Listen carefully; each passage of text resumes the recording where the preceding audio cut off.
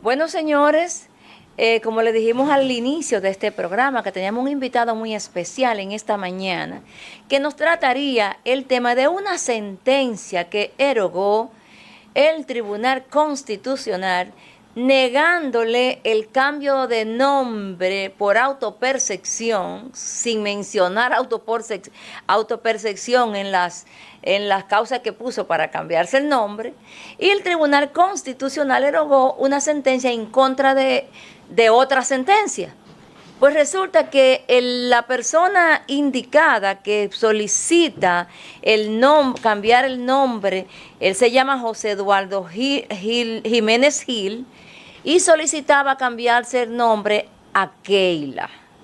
Él había llevado el caso al Tribunal Superior Electoral y el Tribunal Superior Electoral falló en su contra por improcedente e inconstitucional. No obstante, este señor llevó un recurso al Tribunal Constitucional en contra de la sentencia del Tribunal Superior Electoral. Yeah. Por lo que esta sentencia, nosotros hemos invitado al doctor John Giuliani Curi para que nos dé datos sobre ella y decirle al pueblo dominicano de entrada que tenemos que estar pendientes y con ojo avisor con el Tribunal Constitucional, porque estamos viendo muchas cositas y muchos jueces, como voy a mencionar una foto ahorita que la voy a poner en la pantalla, que están tomando atribuciones inconstitucionales. Y el pueblo dominicano tiene que estar atento. ¿Sabe por qué?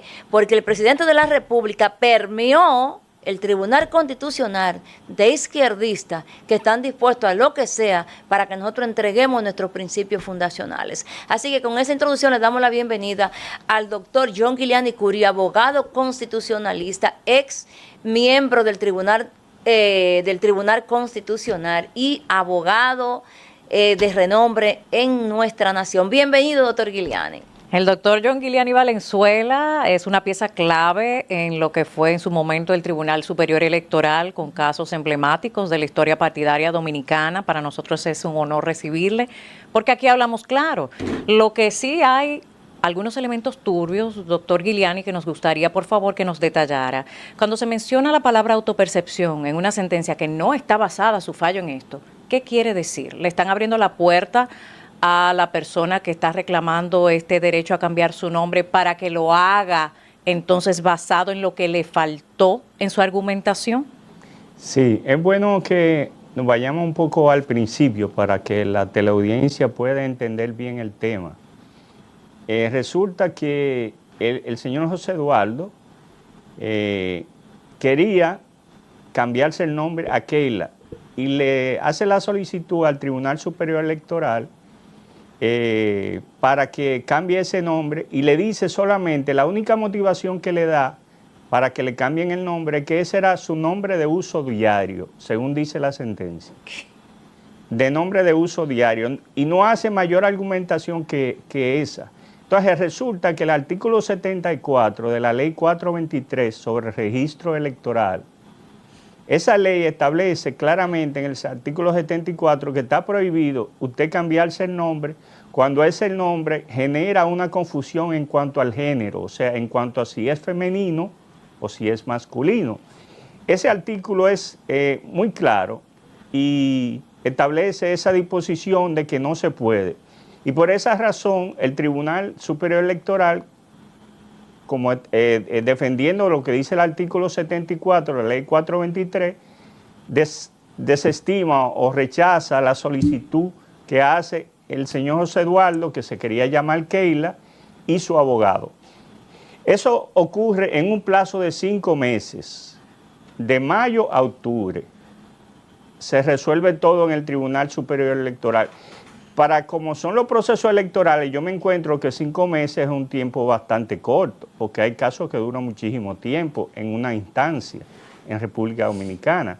Sin embargo, cuando hacen su recurso de revisión ante el Tribunal Constitucional, el señor José Eduardo y su abogado alegan que el tiempo que duró el Tribunal Superior Electoral para fallar el caso le había causado perjuicios Y ese es uno de los puntos, el punto principal que contesta el Tribunal Constitucional diciéndole que no, que ese plazo de 5 meses no le impidió absolutamente nada, ni le ocasionó ningún tipo de problemas al señor José Eduardo, que quería llamarse Keila, y a su abogado.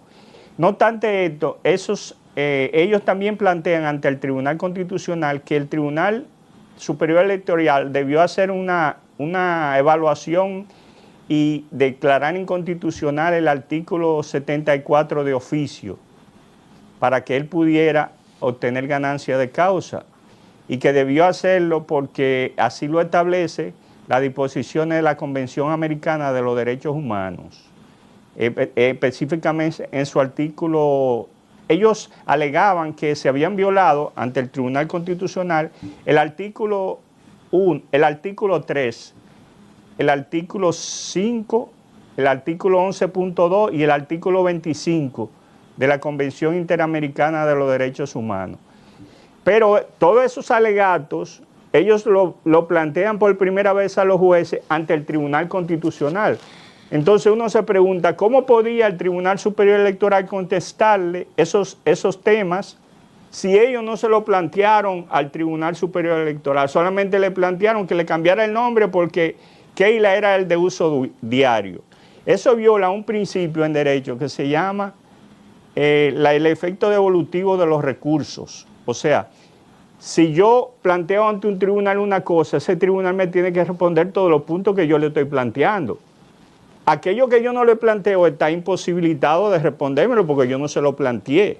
Cuando yo recurro, yo no me puedo referir y traer elementos nuevos, diferentes a lo que se plantearon en el tribunal de primer grado, porque eso viola al tribunal el derecho de que estaba imposibilitado de responder.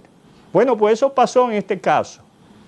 O sea, el Tribunal Constitucional le dijo que ellos no plantearon nada de eso ante el Tribunal Superior Electoral, por consiguiente, esos hechos que ellos alegan de autopercepción de mi género, o sea, que yo me autopercibo mujer y yo soy mujer, o yo me autopercibo hombre y yo soy hombre, que no es lo que establece el acta de nacimiento, sino es tu autopercepción.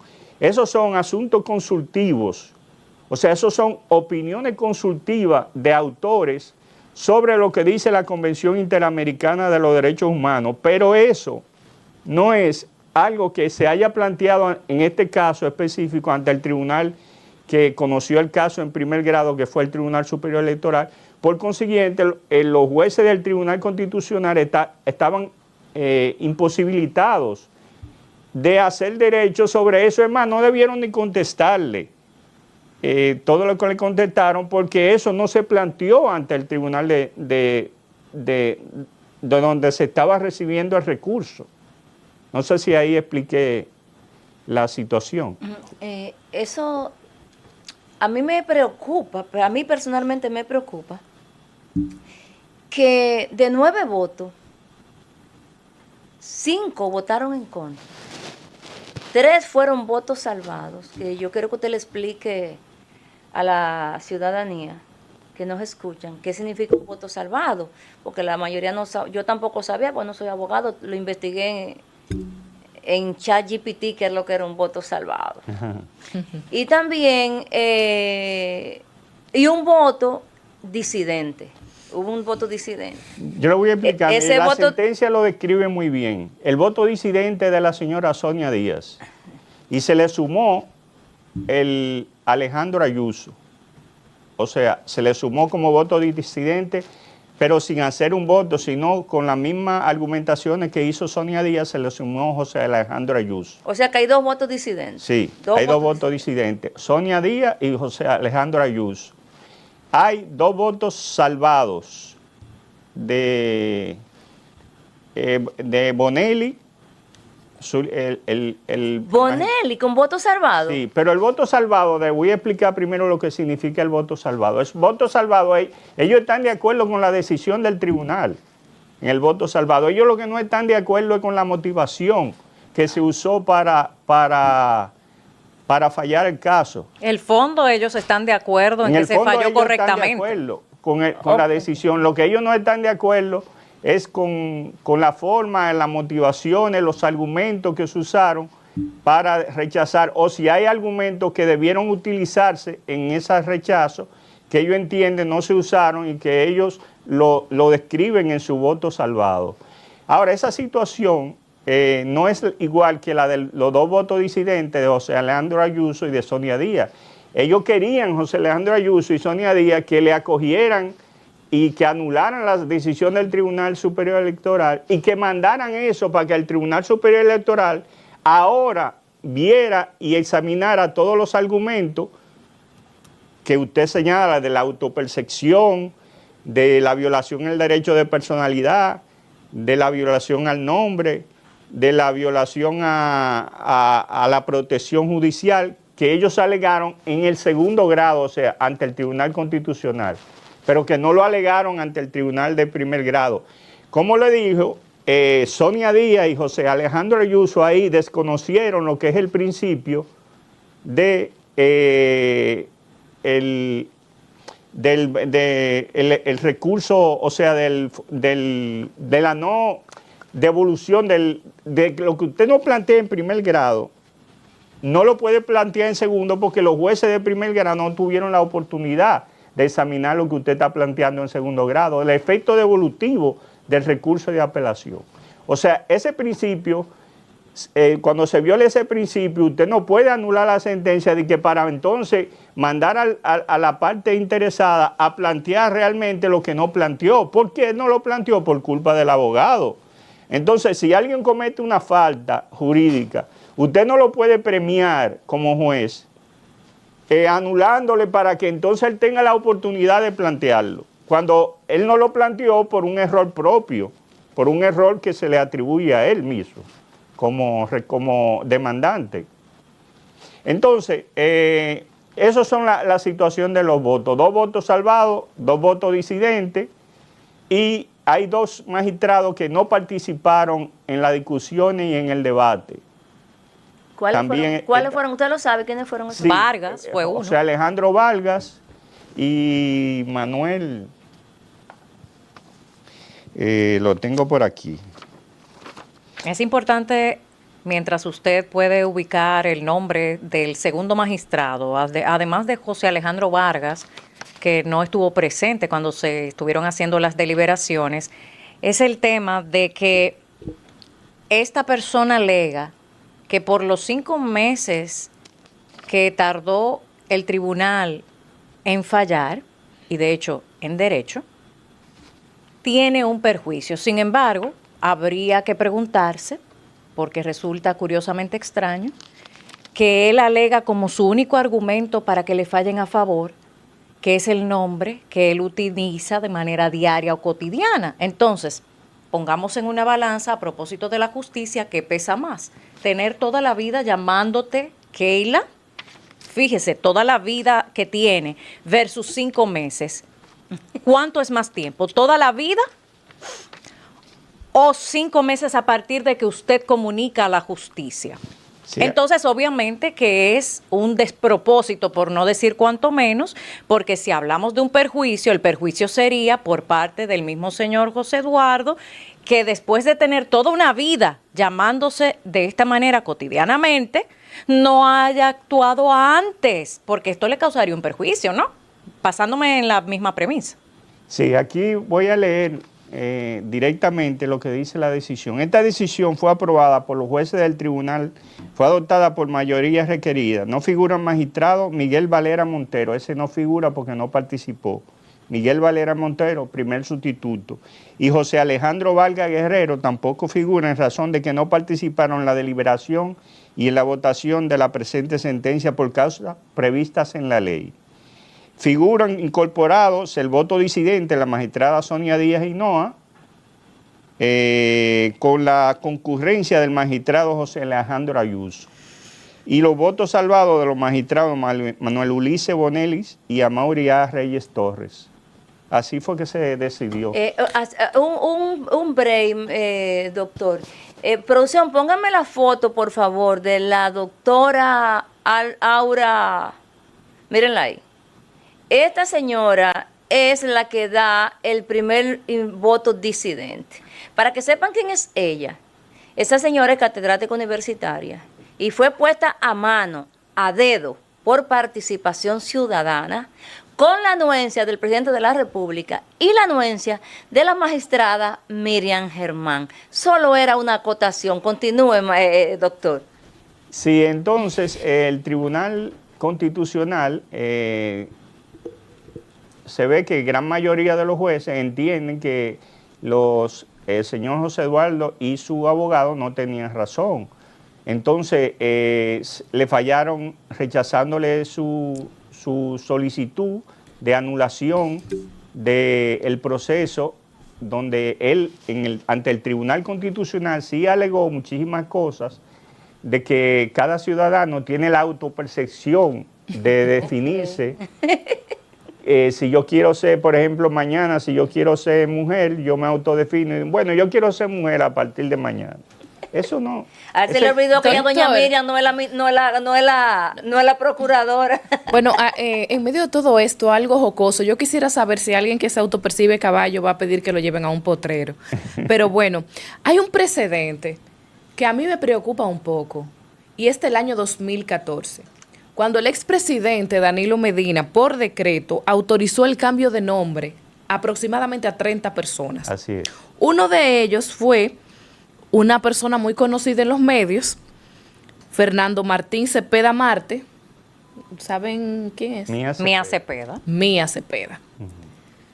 Por decreto autorizado. Sí, porque el procedimiento antes era por decreto. Sí, a partir de 2023 se cambió por la ley sobre el registro civil a un procedimiento ante el Tribunal Superior Electoral ya jurisdiccional. Sí, pero estamos hablando de un cambio de nombre masculino a un cambio de nombre femenino en su totalidad. Entonces, en ese sentido, quizás en aquel momento no se le prestó mucha atención, había menos información también que la que tenemos ahora, pero con esta situación, este precedente y esta situación que acabamos de ver en el Tribunal Constitucional, que aunque le fue negada la petición, el recurso de amparo que sometió, pueden venir otras peticiones en lo adelante y ya hay una jueza, ¿verdad?, que está muy a favor, al parecer, de que esto se pueda producir.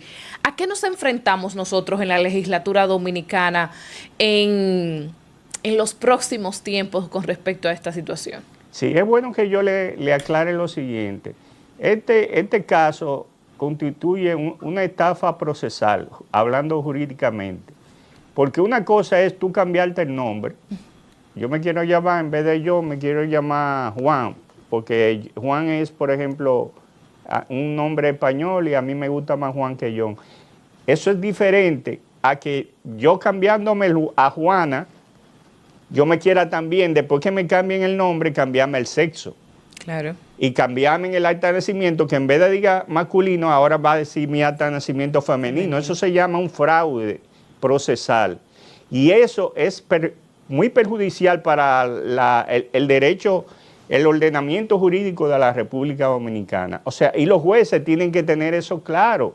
O sea, porque una cosa es que yo solicite a los tribunales que yo me autopercibo como mujer en vez de como hombre, como realmente soy naturalmente y por la gracia de Dios. O sea, eso es diferente a que yo vaya a solicitar un cambio de nombre y lo que quiera en el fondo del asunto es cambiarme el sexo. O sea, eso es un fraude procesal.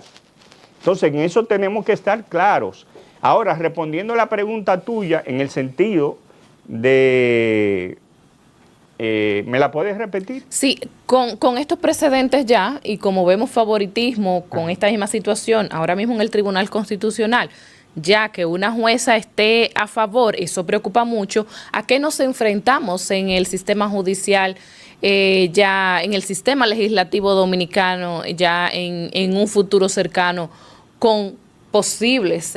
a una avalancha de demandas, en ese mismo sentido que vino esta, nos enfrentamos, porque ya todos aquellos ciudadanos dominicanos que naciendo hombres se perciben o se autoperciben como mujer, van a coger ese mismo camino que la magistrada abrió con su voto disidente y que José Alejandro Ayuso se se sumó inclusive con los mismos argumentos de de la magistrada Sonia Díaz.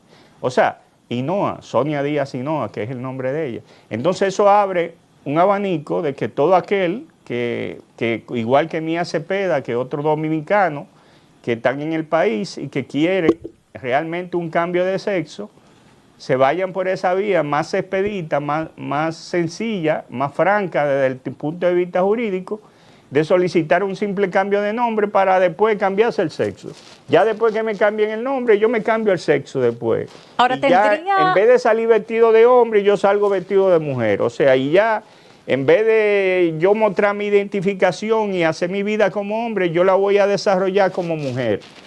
¿Entiendes? O sea, eso es un fraude. O sea, porque una cosa diferente es que yo me cambie el nombre y una cosa diferente es que yo me cambie el sexo.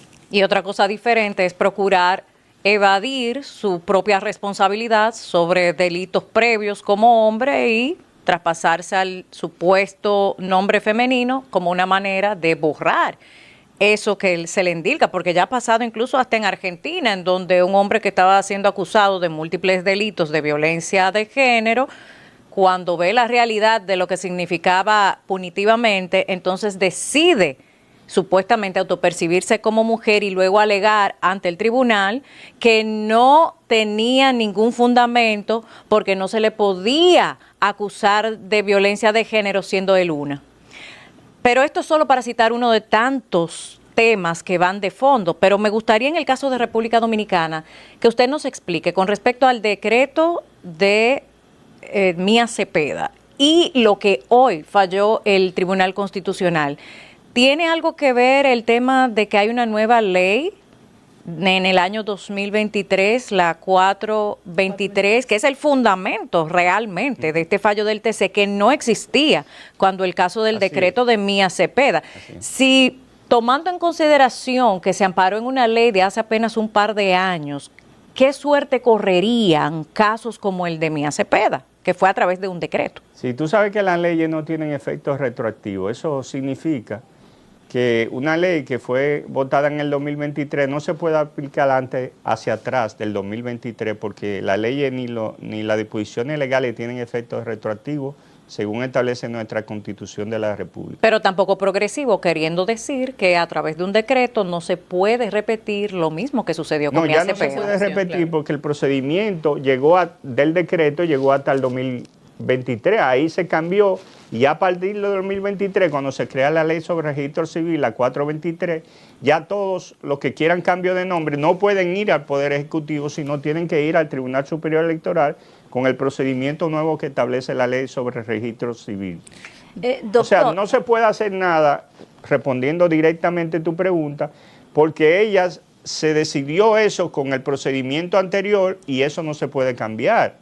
O sea, los errores que se cometieron desde el Poder Ejecutivo, cuando solamente examinaba el caso, vamos a decirle, el consultor jurídico del Poder Ejecutivo le daba una recomendación al presidente y el presidente emitía un decreto, que era un procedimiento anterior a la modificación que se hizo en el 2023, con la ley 423, ya eso no se puede cambiar. Ante el agua derramada ya no se puede recoger, o sea, ya eso está hecho. Ya eso es un hecho consumado, vamos a decir. O sea, y no se le puede violar el derecho ya adquirido a la persona que ya, aunque sea de manera, vamos a decir, no razonable, consiguió esa decisión a su favor. Doctor, siguiendo con la pregunta de Priyanka, los efectos que pudiera venir después, que ya usted lo ha explicado muy bien, y la pregunta de Karina que usted le ha explicado muy bien. Sin embargo, quiero mencionar algo aquí que se menciona en la sentencia, y parece ser que es el abogado demandante, representante del señor Gil, menciona los principios de Yogyakarta. Así yo lo vi. Que es un documento que poquísima gente conoce, o sea, muy poca gente conoce sobre ese documento. Los principios de Yogyakarta mencionan que son una serie de principios sobre cómo, escuchen esto, de cómo se aplican los estándares y legislaciones internacionales de derechos humanos a las cuestiones de orientación sexual e identidad de género. Gracias a Dios, eso no es vinculante para la República Dominicana. Mi pregunta va en el sentido de, ¿no será que ese abogado que conoce muy bien lo que estaba haciendo, aunque quizás no dio los recursos, los argumentos correctos en el Tribunal Superior Electoral o lo que ellos querían decir? No, ninguno de esos argumentos que usted está mencionando, del principio de George Carta, ni del artículo 18, ni el 11.2, él lo planteó ante el tribunal. Exacto, pero mi pregunta va, y es a su consideración que lo voy a dejar porque no podemos adivinar lo que quisieron decir los magistrados, pero según usted, ¿no sería que ese abogado estaba tentando, mencionando esto, para ver lo que pescaba en ese mar semi-revuelto? No, a mi entender, como jurista de experiencia en esta materia, que la he trabajado mucho, él no lo mencionó fue para que los componentes, los magistrados que componen el Tribunal Superior Electoral, que conocieron el caso, no identificaran cuál era el objetivo ulterior de él con ese cambio de nombre. El objetivo ulterior de él era el asunto del género y la igualdad de género, o sea, y la autopercepción. Entonces, si él planteaba eso, ellos se iban a dar cuenta, evidentemente, al responderle que no era un cambio de nombre, sino que era un asunto diferente, que él estaba ocultando detrás de un cambio de nombre. Para mí fue un ardid que él utilizó para tratar de engañar a los jueces del Tribunal Superior Electoral. Porque él entonces sale con todos esos argumentos. El principio que usted menciona es el principio que establece que los derechos fundamentales como deben interpretarse siempre en favor de la víctima, y que realmente eso entonces debió acogerse la solicitud, que realmente lo que él planteaba era una igualdad de género y una autopercepción del sexo que tiene que hacer cada quien, que no son asuntos que están en la Convención Interamericana de los Derechos Humanos. Inclusive el artículo 18 que él menciona de la Convención Americana de los Derechos Humanos establece, ese mismo artículo en su texto establece que cada país reglamentará mediante una ley los aspectos del nombre. Óigase bien, o sea, en la Convención Americana de los Derechos Humanos, a diferencia como ellos plantean, establece en la parte en fin del artículo 18 que cada estado, de todos los estados del mundo, reglamentará mediante su ley interna las reglas o requisitos para cambiar el nombre. O sea que no se podía anular como querían la ley 423 en su artículo 74, porque inclusive el mismo artículo 18 facultaba al Estado Dominicano a que rigiera esa parte según la interpretación del artículo 18 de la Convención, según la reglamentación interna. Y según nuestra reglamentación interna, es que realmente no se puede aceptar un cambio de nombre que lleve confusión con el género. Doctor, saliendo un poco de la sentencia, en 2024, principios de 2024, el sistema de justicia aprobó un protocolo justamente para los procedimientos judiciales, donde habría que llamarlo a usted como con el pronombre que usted se considere, ella, ex. El seudónimo. Sí, ¿hacia dónde vamos nosotros a llegar y cómo podría derogarse este protocolo? Para mí un total absurdo, realmente, porque habla de la protección a las personas migrantes, a la comunidad LGTB, a las personas con discapacidad, que creo que lo introdujeron ahí para evitar un escándalo, que la gente ¿verdad?, hablar al respecto, porque ya es un caso que toca. Entonces se incluyeron los demás. Pero a mí me preocupa que este protocolo esté vigente porque es un total absurdo que de hecho no va en consonancia ni con la Constitución ni con las leyes nuestras. ¿Cómo podríamos nosotros enfrentar legalmente este protocolo que fuera derogado y hacia dónde va el sistema de justicia? Con una acción directa de inconstitucionalidad ante el Tribunal Constitucional. o sea, llevarlo como una acción directa de inconstitucionalidad y plantear los argumentos de por qué ese protocolo choca con nuestra Constitución y en qué parte choca, y hacer las argumentaciones necesarias para que los jueces del Tribunal Constitucional razonen en ese sentido y pudieran sacarlo del ordenamiento jurídico dominicano. Doctor, yo creo que ese trabajito se lo ha pegado a usted. Hay muchos abogados buenos en la materia y especialistas, o sea, yo creo que sí, que se puede hacer. Aquí entrevistamos. Aparte de entrevistar, les damos responsabilidades y le damos seguimiento públicamente. O sea que esto es un espacio de peligro también, si podríamos decir en algún momento. Sí, bueno también apuntar sobre lo que refirió Priyanka y la Procuraduría General de la República con el peligroso trayecto que se abre en el tema de los pronombres que a fin de cuentas van con el tema de los autopercibidos. Miriam Germán, cito, esto es una noticia de los diarios dominicanos de la fecha en curso, hace ya más de un año de esto.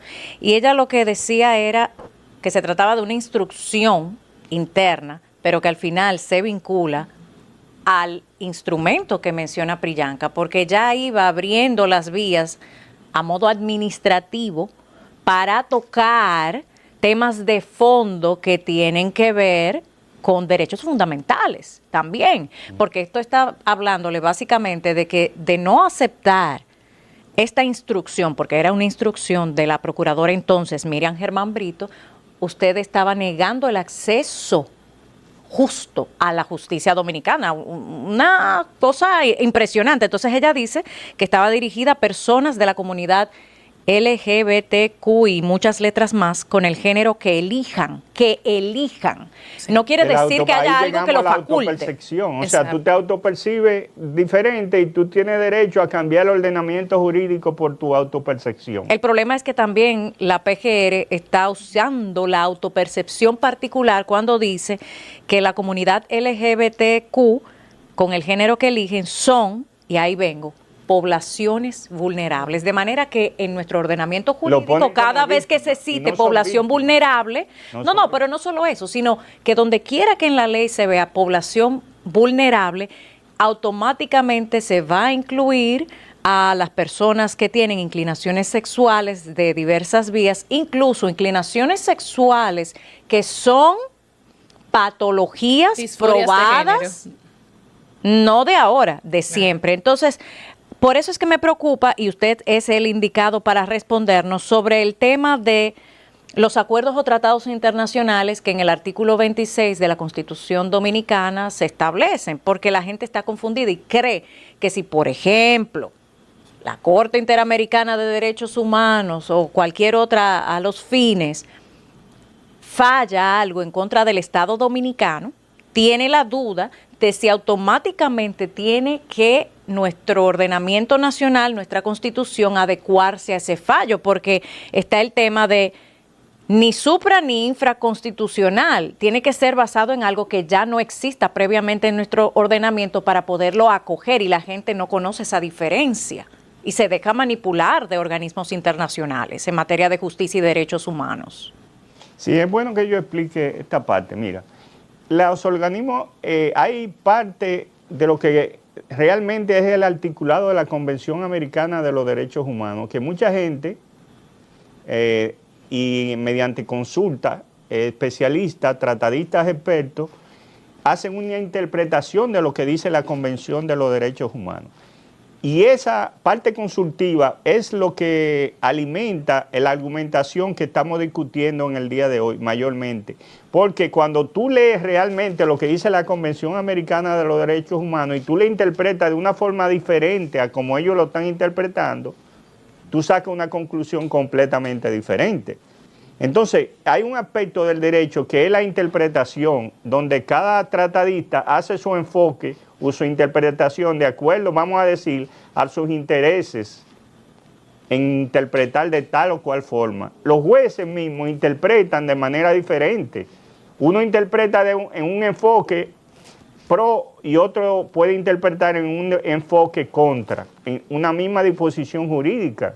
Entonces, eso hay que dejarlo bastante claro. O sea, ninguna consulta o interpretación de la Convención Americana de los Derechos Humanos se le puede imponer a la República Dominicana porque tú quieras favorecer a un conglomerado de personas, en este caso a los LGTB, o en este caso a una gente que se está victimizando.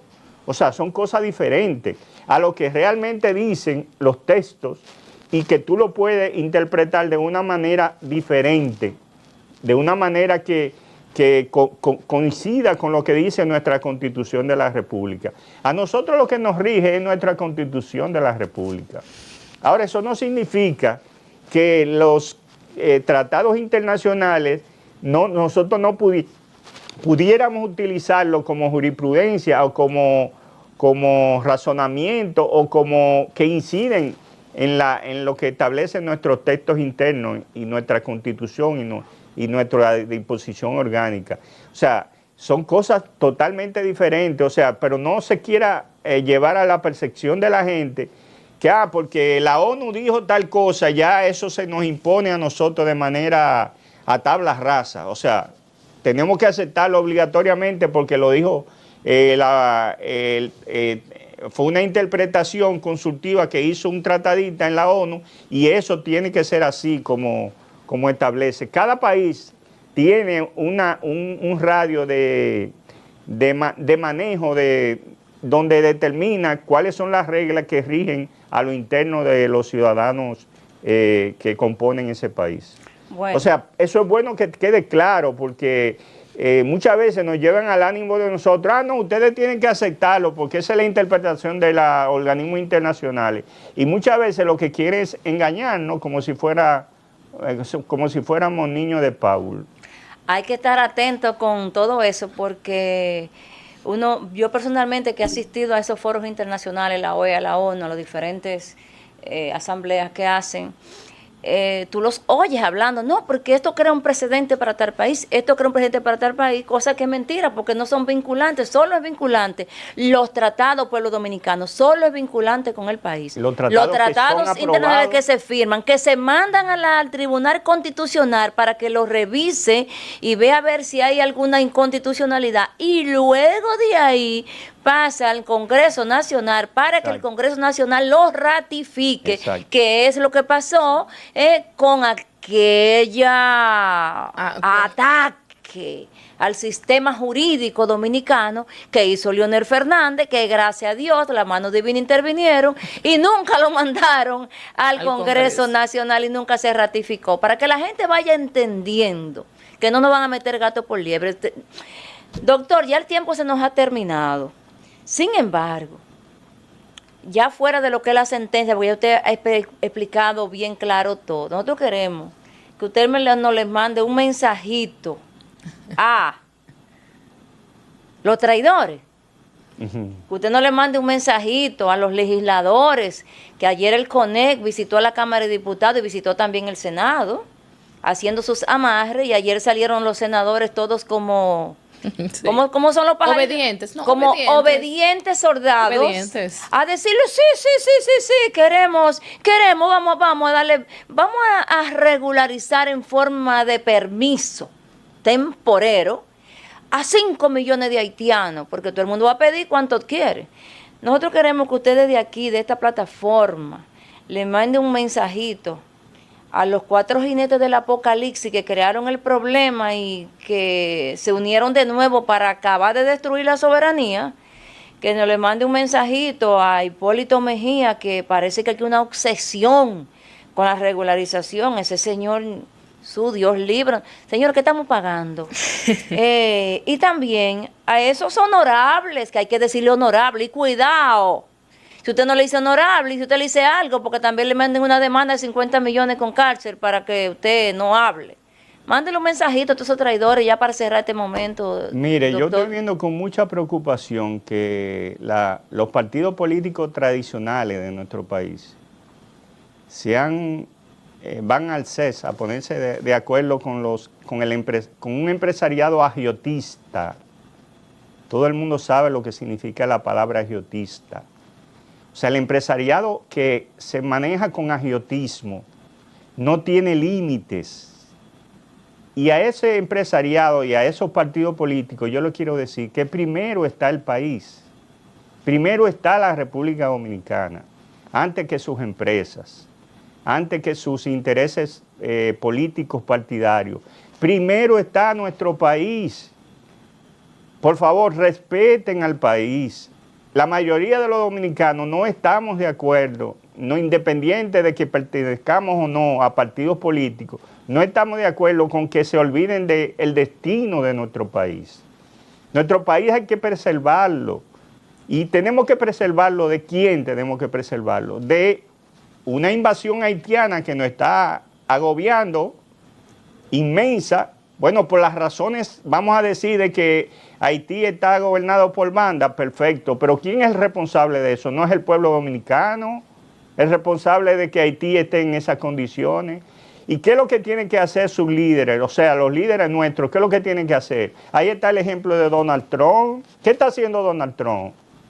Está abriendo la frontera para que a su país lo invadan todos los haitianos y los otros 11 países que él considera que son perniciosos para el interés de su país, que lleguen a Estados Unidos. No, está tomando la medida contraria de lo que estamos haciendo aquí. Entonces, ¿por qué? Porque al presidente actual de los Estados Unidos, Donald Trump, le duele su país, pero aquí están demostrando los líderes nuestros que no les duele el país, que lo que les interesa son sus intereses personales. Y los intereses personales no se pueden poner nunca por encima del interés de todos. Y el interés de todos, ¿cuál es? Que nuestro país no sea agobiado y no sea avasallado por una inmigración donde ya van a dejar a Haití en manos de la banda y van a coger todo para acá. Entonces ustedes lo que están diciendo, a todo el que venga vamos a regularizarlo. ¿Qué es lo que significa eso? La fusión de todos los haitianos que van a salir huyendo de las bandas y que van a venir para acá, ustedes lo quieren legalizar. Y después que estén aquí, que tengan derecho como tenemos todos los ciudadanos dominicanos, ¿qué es lo que va a pasar, por Dios? Lo que está pasando ahora, finalizamos el 2024 con más de 200 homicidios perpetrados por el machete haitiano, los hospitales colapsados con una presión demográfica que suma o asciende a más del 85% a nivel geográfico nacional de más parturientas haitianas que dominicanas, descendiendo en esa misma medida la natalidad dominicana, además de los cupos escolares que quedan literalmente al margen para los estudiantes dominicanos. Un desastre. Bueno. Un verdadero desastre. Y, no, ellos siguen sus rumbos. O sea, lo que me interesa a mí es que mi empresa le salga más barato la mano que yo utilizo para producir bienes y servicios, y por eso yo tengo que irme del lado de la regularización de todos los inmigrantes haitianos. Los políticos están en lo mismo. ¿Por qué? Porque se plegan a los intereses también partidarios, que lo que quieren es buscar el poder a como dé lugar, aunque entreguemos el país. Óyeme, usted no puede buscar el poder a cambio de entregar su país, de que su país pierda su identidad, de que su país pierda su sentido de patriotismo, su sentido de defender su tierra, de defender su gente. Por Dios, abran los ojos, razonen. No es todo ese interés económico, no todo ese interés económico, el país está primero. Bueno, gracias doctor Giuliani por ser tan claro, recordar que el CONEC financia las campañas de los presidentes y los partidos y diputados y senadores, pero recordamos que aquí hay un pueblo que vibra y que tiene sangre duartiana. Gracias doctor Giuliani por acompañarnos en el día de hoy. Muchas gracias a ustedes, muy bien me he sentido en su programa y espero que los dominicanos podamos reaccionar y podamos entender que independientemente de los intereses partidarios, independientemente de los intereses económicos y que cada quien piensa solamente en su situación económica particular, pero si actuamos así, o sea, vamos a perder el sentido humano que debemos tener los dominicanos y eso nunca se puede perder. Bueno, Así es. Nosotros, amigos, vamos a una breve pausa y regresamos con más de Aquí Hablamos Claro.